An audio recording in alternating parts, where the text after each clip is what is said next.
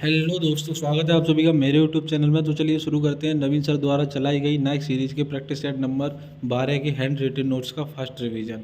तो इसका पहला क्वेश्चन है कि इसको अभी काट दो, जैसे कि किन सिद्धियों का सांस्कृतिक विरासत लगभग 300 वर्ष पुरानी है और उनका सिद्धि धमाल नृत्य एक उत्कृष्ट कला शैली है। तो कौन से राज्य का है? वो है गुजरात का। और ऐसे ही सिद्धि धमाल का अन्य नाम क्या है? मशीरा। मशीरा इसका अन्य नाम है।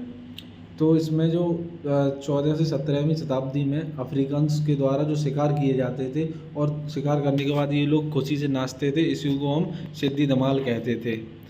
नेक्स्ट है, गुजरात के कुछ प्रमुख सिद्धि धमाल हैं, जैसे गरबा यूनेस्को में 15वीं ICH है। पहली क्लास में मैंने बताया था, जो 15वीं विरासत में शामिल हुआ है। डांडिया, टिप्पाड़ी, जुरथन, भवई, लास्या और झांकोलिया ये गुजरात के सिद्धि धमाल हैं। ऐसे ही उत्तर प्रदेश के ख्याल और दादरा, मध्य प्रदेश के मटकी और राई, राजस्थान के चकरी और गैर। नेक्स्ट है, पद्मश्री, पद्म भूषण और पद्म विभूषण पुरस्कार में सम्मानित डॉक्टर तीजन बाई किस कला शैली से संबंध रखती हैं, किस कला शैली में इनका योगदान है? तो डॉक्टर तीजन बाई हैं, इनको 3 बड़े पुरस्कार मिल चुके हैं। कब कब मिले हैं? पद्मश्री 1988, पद्म विभूषण 2003 और पद्म विभूषण 2019 में मिला था। तो इनका जो संबंध है वो है पंडवानी कला शैली से, जो कि छत्तीसगढ़ की। और इसका अन्य नाम है पंडवानी कला शैली के, जैसे पुनियाबाई, जेनाबाई और लक्ष्मी साहू। इनमें 2 ये रूट वर्ड है, बाई बाई, ये याद रखना है। तो इसके अन्य नाम ये हो गए। ऐसे ही अगर बात करें छत्तीसगढ़ की अन्य नृत्य शैली की, तो राउत नाच, झिरलिट और गैंडी इसकी अन्य नृत्य शैली हैं। और ये पंडवानी कला शैली तो है ही छत्तीसगढ़ की। नेक्स्ट है,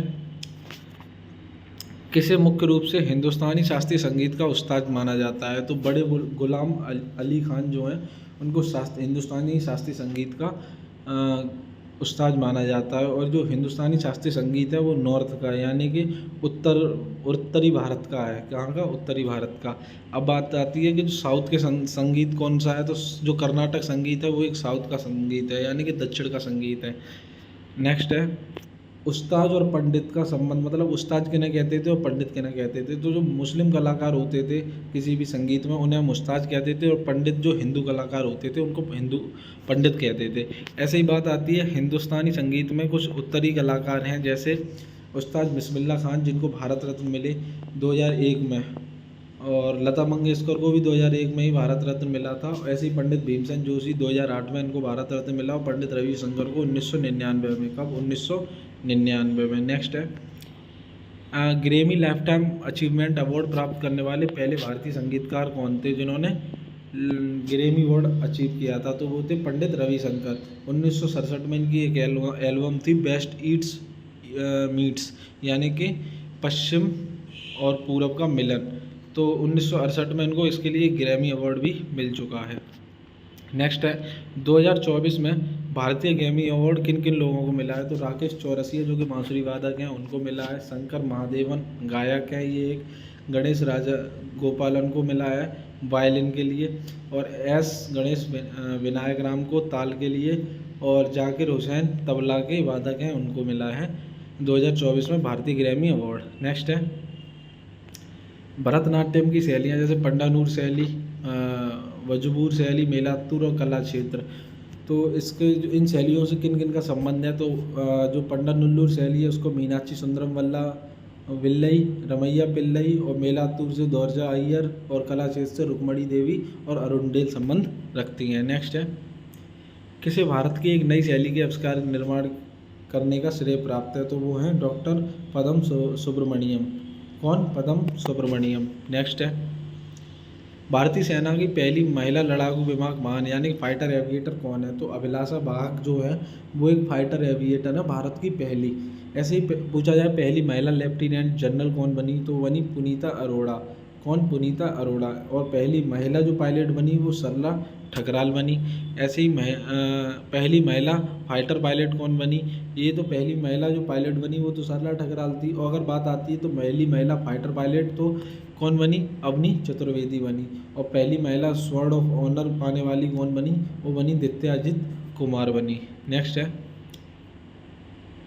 कौन से वर्ष इंपीरियल क्रिकेट कॉन्फ्रेंस यानी कि ICC गठन के साथ ही क्रिकेट एक अंतर्राष्ट्रीय खेल बन गया? तो सन 1909 में ICC एक अंतर्राष्ट्रीय खेल बन गया। ऐसे आईसीसी के संस्थापक कौन है? तो मतलब संस्थापक देश हैं इसके इंग्लैंड, ऑस्ट्रेलिया और साउथ अफ्रीका। 1965 में अंतर्राष्ट्रीय क्रिकेट सम्मेलन हुआ, इंटरनेशनल क्रिकेट कॉन्फ्रेंस, उसके तहत। और 1989 में अंतर्राष्ट्रीय क्रिकेट काउंसिल हुआ, यानी कि अंतर्राष्ट्रीय क्रिकेट सम्मेलन। ये यहाँ सम्मेलन नहीं होगा, यहाँ कर लीजिए परिषद हुआ, अंतर्राष्ट्रीय क्रिकेट परिषद यानी काउंसिल 1989 में हुआ। नेक्स्ट है आईसीसी के वर्तमान अध्यक्ष, यानी कि इसके वर्तमान अध्यक्ष हैं ग्रेग बर्कले, जो कि न्यूजीलैंड के हैं। और प्रथम भारतीय आईसीसी अध्यक्ष कौन बने? जगमोहन डालमिया। अब बात आती है एसीसी, एशियन क्रिकेट काउंसिल कब आया? तो 1983 में आया। इसका हेडक्वार्टर कोलंबो है। इसके अध्यक्ष जय शाह है। कौन है? जय शाह। अब बात आती है BCCI, board of control for cricket in India. इसकी स्थापना 1928 में हुई और इसका हेडक्वार्टर है मुंबई में। कहाँ? मुंबई में। नेक्स्ट है किस महिला व्यक्ति को ओलंपिक में डबल गोल्ड मेडलिस्ट होने का सम्मान प्राप्त है? जो हमारी जो पीवी सिंधु हैं वो डबल गोल्ड मेडलिस्ट हैं। जैसे 2016 में उन्होंने सिल्वर पदक रियो में जीता और 2020 के टोक्यो में इन्होंने ब्रॉन्ज पदक जीता भारत के लिए। और बात आती है पुरुष की, तो वो है सुशील कुमार। 2008 में इन्होंने कांस्य पदक और 12 में रजत पदक जीता। ये भी डबल मेडलिस्ट हैं।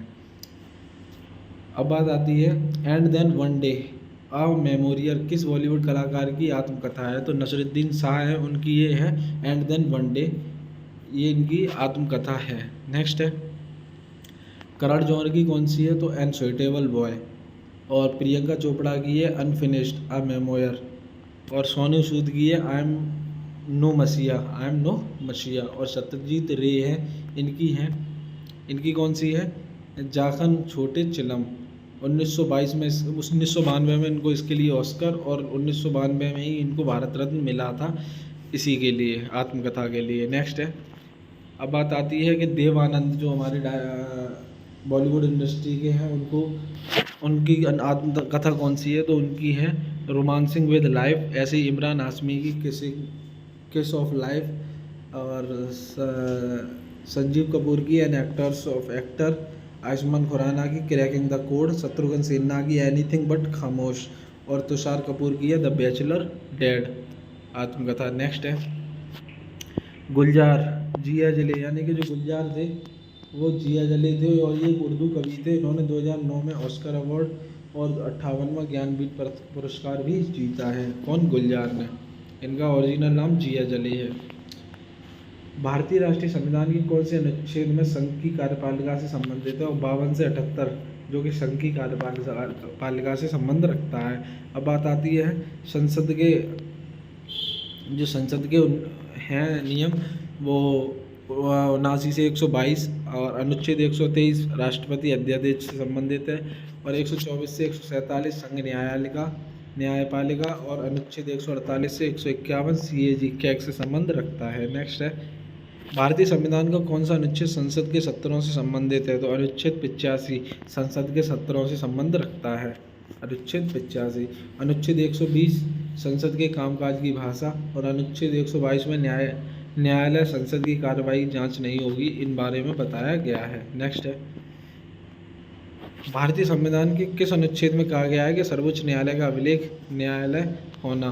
तो अनुच्छेद 129 में। और अनुच्छेद 126 में कहा गया है कि कार्यवाह न्यायाधीश की नियुक्ति। नेक्स्ट है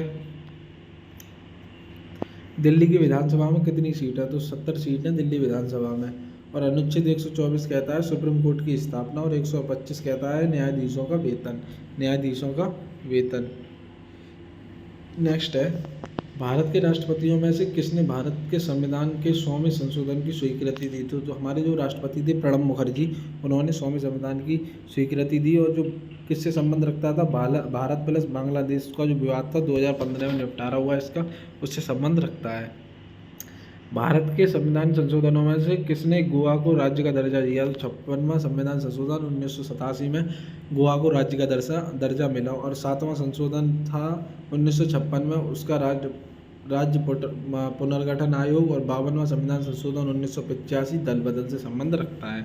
नेक्स्ट है भारत के संविधान के किस संशोधन ने गोवा, दमन और दीव को संविधान की पहली सूची में संशोधन करके भारत के 8वें केंद्र शासित प्रदेश के रूप में शामिल किया। तो वो था 12वें संविधान संशोधन ने, जो कि दिसंबर 1961 में पुर्तगाल से अलग होकर आया था। यानी गोवा 12वें संविधान संशोधन द्वारा और दिसंबर 1961 में पुर्तगाल से अलग होकर एक हमारा राज्य का दर्जा यानी 8वें केंद्र शासित प्रदेश का दर्जा इसे मिला था। नेक्स्ट है, तो 36वां संविधान संशोधन 1975 कहता है कि सिक्किम को पूर्ण राज्य का दर्जा मिला इस संविधान संशोधन के द्वारा, और 35वें संविधान संशोधन के द्वारा सिक्किम को सह राज्य का दर्जा मिला। नेक्स्ट है, NCT नेशनल कैपिटल टेरिटरी, राष्ट्रीय राजधानी क्षेत्र। तो 69वां संविधान संशोधन 1991 दिल्ली को एक NCT बनाया गया। कब? 1991 में। नेक्स्ट है, समुद्रगुप्त की उपलब्धियों को उनके किस दरबारी द्वारा प्रशस्ति नामक एक लंबे शिलालेख में दर्ज किया गया है? तो हरिसेन द्वारा, जिन्होंने लिखा था प्रयाग प्रशस्ति अभिलेख और इलाहाबाद प्रशस्ति अभिलेख इसे कहते हैं। और इसमें पंक्ति जो प्रशंसा है 33 पंक्तियां हैं, और 33 पंक्तियों में इसकी हरिसेन ने समुद्रगुप्त की प्रशंसा की है। हरिसेन ने समुद्रगुप्त को बीड़ावादक और कविराज भी बताया है, बीड़ावादक और कविराज बताया है। अब बात आती है गुप्त वंश की। तो गुप्त वंश भारतीय इतिहास का स्वर्ण युग कहा जाता है। तो कुछ संस्थापक हम याद रखेंगे। तो गुप्त वंश का संस्थापक कौन है? श्रीगुप्त। और श्रीगुप्त के बाद कौन हुआ उत्तराधिकारी? घटोत्कच। घटोत्कच के बाद चंद्रगुप्त प्रथम, और चंद्रगुप्त प्रथम के बाद समुद्रगुप्त, और समुद्रगुप्त के बाद हुआ हमारा रामगुप्त, और रामगुप्त के बाद चंद्रगुप्त। तो इसमें कुछ अहम शासक हैं, जैसे चंद्रगुप्त बहुत इंपॉर्टेंट है, ये याद रखना है। और गुप्त का हमें वो संस्थापक याद रखना है, श्रीगुप्त गुप्त वंश का, और समुद्रगुप्त और रामगुप्त और चंद्रगुप्त द्वितीय। तो जो हमारे चंद्रगुप्त थे उनका शासन 319 AD से लेकर 335 AD तक रहा, और इन्हें वास्तविक संस्थापक माना गया गुप्त वंश का। अब बात आती है जो समुद्रगुप्त थे, जो चंद्रगुप्त प्रथम के बाद उत्तराधिकारी बने, तो इनका शासनकाल 335 AD से 380 AD तक रहा। और इनके जो दरबारी कवि थे जो हरिसेन थे, अभी मैंने आपको बताया 33 पंक्तियों में इनकी प्रशंसा की है समुद्रगुप्त की, हरिसेन ने। और प्रसवोद्धरण नीति इन्होंने ही शुरू की थी। और घृणमोचनुगृह यानी कि जो उत्तर में, भारत के उत्तर में इन्होंने क्षेत्र जीते और उन पर राज किया। और जो इसको घृणमोचनुगृह को क्या कहते हैं? तो इन्होंने साउथ में जो राज्य जीते उनको जीत के छोड़ दिया, अपनी मतलब शक्ति का प्रदर्शन किया इन्होंने। ऐसी बात आती है कि जो भारत का नेपोलियन किसे कहा जाता है? तो इन्हीं को, समुद्रगुप्त को भारत का नेपोलियन कहा जाता है। और किसने कहा था? विनांत स्मिथ ने इनको भारत का नेपोलियन कहा था। इन्होंने 9 राज्य जीते थे नॉर्थ में और 12 साउथ में।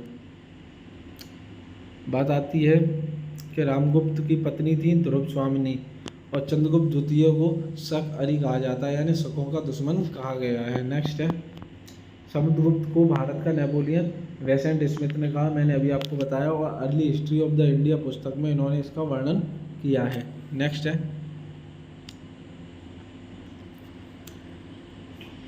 बागाटंग वंश का संबंध किस गुप्त सम्राट से था? तो चंद्रगुप्त द्वितीय से बागाटंग वंश का संबंध था। ऐसे ही चंद्रगुप्त द्वितीय का जो शासन था 380 AD से 414 AD तक चला, और इनके शासनकाल में 9 रत्न रहते थे। अब वो 9 रत्न कौन कौन से थे? जैसे अमर सिंह, जो कि एक कोषकार थे, इनके द्वारा लिखी गई पुस्तक है अमरकोश। दूसरे धन्वंतरी, जो कि एक चिकित्सक थे। हरिसेन इनके ही दरबार कवि थे, और हरिसेन इनके द्वारा एक पुस्तक लिखी गई थी। और घटपरी भी इनके ही संस्थापक, मतलब 9 रत्नों में से एक थे। और कालिदास, जो कि कवि थे, इनके द्वारा अभिज्ञान शाकुंतलम और मेघदूत पुस्तक लिखी गई। और छपड़क ज्योतिष और वास्तुकला से संबंध रखते थे, और शंकु वास्तुकार थे। और 12वीं खगोल वेत्ता थे, और 8वें थे वरुचि, ये व्याकरण से संबंध रखते थे। और बेताल भट्ट जो थे वो एक जादूगर थे, इनके 9 रत्नों में से एक थे। और बेताल भट्ट का ही एक शास्त्र है मंत्र शास्त्र। और 12वीं द्वारा लिखी गई पुस्तक थी पंचदातिका और वैत संहिता। नेक्स्ट है, गुप्त काल को प्रारंभ करने का श्रेय किसे दिया जाता है? तो चंद्रगुप्त प्रथम को गुप्त काल का प्रारंभ करने का श्रेय दिया जाता है। और ये 319 AD में गुप्त सम्मत की स्थापना हुई थी। भावली बजराई जलप्रपात किस राज्य में स्थित है? तो वो है महाराष्ट्र में। और चाइना मैन और जलप्रपात महाराष्ट्र में, और धोबी जलप्रपात भी महाराष्ट्र में स्थित है। अब बात आती है खंडाधार जलप्रपात, वो उड़ीसा में, कोटापल्ली आंध्र प्रदेश में, और कुच्चीपाल और जोंग कर्नाटक में स्थित है।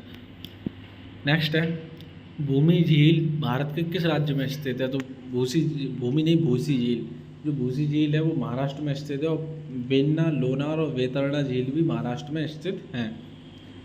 अब बात आई सरदार सरोवर झील, वो गुजरात में, देवर और रणसागर झील राजस्थान, और कांजली झील ये पंजाब में स्थित है। भोजताल जिले पहले अपर लेक के नाम से जाना जाता था, किस राज्य में स्थित है? तो भोजताल जो है वो मध्य प्रदेश में इंदिरा सागर पे स्थित है। और पुष्कर झील राजस्थान में, और कीस्टम झील उत्तर प्रदेश में स्थित है। नेक्स्ट है चिल्का झील उड़ीसा में है, अंशुपा झील उड़ीसा, और परवूर झील केरल, वीरनम झील तमिलनाडु, और सेंचल पश्चिम बंगाल, और कांजिया उड़ीसा में स्थित है। नेक्स्ट है येला वरना डिंडी किस नदी की सहायक नदियां हैं? तो कृष्णा नदी की ये सहायक नदियां हैं। कौन कौन सी? येला, वरना और डिंडी। नेक्स्ट है सूर्यधार झील किस राज्य में स्थित है? तो वो है उत्तराखंड में। और रेणुका झील जो हिमाचल प्रदेश में स्थित है, और गंगा झील अरुणाचल प्रदेश में है।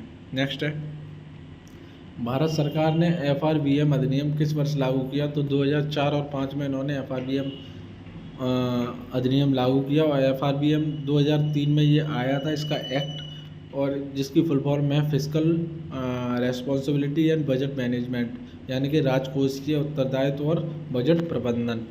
नेक्स्ट है 1973 में भारत में विदेशी मुद्रा को विनियमित करने के लिए कौन सा अधिनियम पेश किया गया था? तो वो किया गया था फेरा, जिसकी फुल फॉर्म है फॉरेन एक्सचेंज रेगुलेशन एक्ट, जो कि 1973 में आया था, और ये लागू 1974 में हुआ था। अब बात आती है फेमा, यानी कि फॉरेन एक्सचेंज मैनेजमेंट एक्ट 1999 में आया, और ये लागू 2000 में हुआ, यानी कि एक वर्ष बाद ही लागू होते थे एक्ट आने के बाद। तो भारत के लिए आर्थिक विकास योजना को किस रूप में अभी जाना जाता है? तो बॉम्बे योजना के 1944-45 से 2 भागों में बांटा गया था। और जो बॉम्बे योजना थी उसमें 8 उद्योगपतियों ने मिलकर उसे शुरू किया था, JRD टाटा और घनश्याम दास बिरला द्वारा।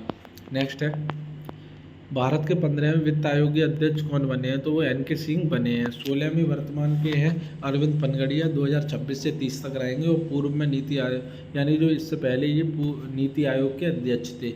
और आर्टिकल 280 हमारा क्या कहता है कि वित्त आयोग होगा, उसमें एक अध्यक्ष और 4 अन्य होंगे, जिसमें 4 में से 2 पूर्णकाल और 2 अंशकाल, यानी कि 2 तो जो होंगे वो हमेशा के लिए रहेंगे, और 2 अंशकाल यानी कुछ समय के लिए बदले जा सकते हैं। नेक्स्ट है आर्टिकल 243 का फर्स्ट क्या कहता है कि राज्य वित्त आयोग के बारे में बताता है। और जो पहले अध्यक्ष 1951 में बने वो KC नियोगी थे, 1952 से 57 तक रहे। और दूसरे अध्यक्ष के संतनाथ थे, 1957 से 62 तक रहे। नेक्स्ट है भारत में मानक जनगणना परिभाषा के अनुसार मुख्य कामगार कौन से हैं? तो एक व्यक्ति जो एक वर्ष में 183 दिनों से कम काम करता है, तो वो भारतीय मानक जनगणना परिभाषा से संबंध रखता है, उसे क्या कहते हैं, याद रखना है। नेक्स्ट है न्यूटन की गति के प्रथम नियम को जड़ता का नियम भी कहते हैं, और इससे ही हमें बल की परिभाषा मिलती है। और बल का मात्रक है न्यूटन पर डाइन, और इसकी डायमेंशन जो है वो है MLT-2, और 1 न्यूटन में 10⁵ डाइन होती हैं। नेक्स्ट है समूह शून्य के तत्वों को सामान्यतः क्या कहा जाता है? तो अक्रिय गैस कहा जाता है, जो जीरो गैसेस, इसकी संयोजकता 0 होती है। कितनी होती है? 0। और आवर्त सारणी में समूह 18 में वो कॉलम को इसको कहा जाता है। नेक्स्ट है हीलियम, नियोन, आर्गन, और क्रिप्टन, जिनन और रेडॉन, इनकी संयोजकता दी हुई है 2, 10, 8, 18, 36, 56 और 86, याद रखनी है आपको। ऐसे ही